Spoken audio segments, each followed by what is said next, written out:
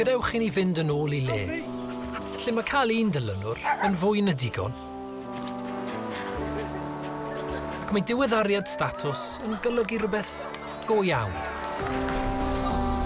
Lle mae cais gan ffrind yn gais gwerth ei gael. Rhywle lle mae hoffi yn fwy na pwys o botwm. A'r dagrau'n fwy nag emoji. A lle mae sgwrs yn un wyneb yn wyneb, lle ta'r unig beth sydd angen ffilter yw'r coffi. A'r cyfarfod tîm yn codi calon. Lle gallen grwydro, yn lle sgrolio.